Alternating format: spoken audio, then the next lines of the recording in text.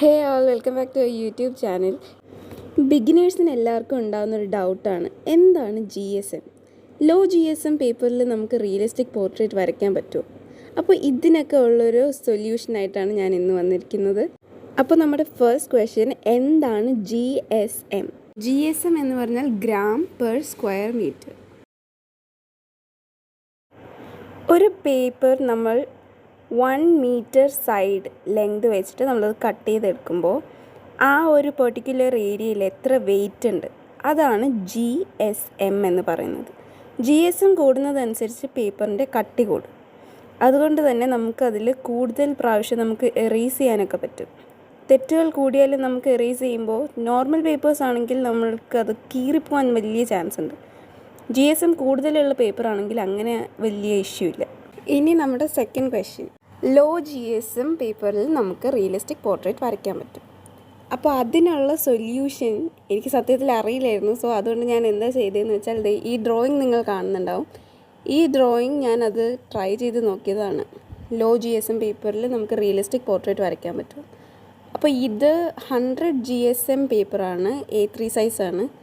അപ്പോൾ ഇതിൻ്റെ റിസൾട്ട് നിങ്ങൾ എൻഡിൽ കണ്ടു നോക്ക്, അപ്പോൾ നിങ്ങൾക്ക് മനസ്സിലാവും. പിന്നെ ഇതിൽ ഡിസഡ്വാൻറ്റേജ് ആയിട്ട് എനിക്ക് തോന്നിയത് എന്താണെന്ന് വെച്ചാൽ, കൂടുതൽ എറേസ് ചെയ്താൽ ഇത് കീറാനുള്ള ചാൻസ് ഉണ്ട്.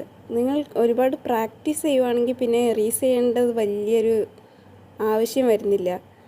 അപ്പോൾ ഇത് കീർത്തുമില്ല.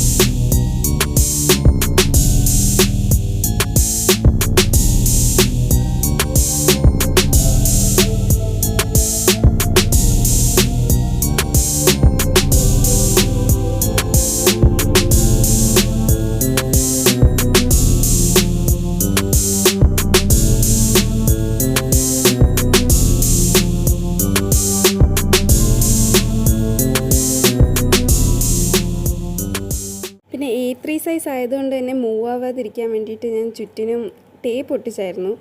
അപ്പോൾ അതിങ്ങനെ പീൽ ചെയ്തെടുക്കുന്ന സമയത്ത് പേപ്പർ കുറച്ച് കീറിയായിരുന്നു. ഇതാണ് എനിക്ക് കുറച്ച് ഇഷ്യൂസ് ഇതിന്ന് വന്നത്.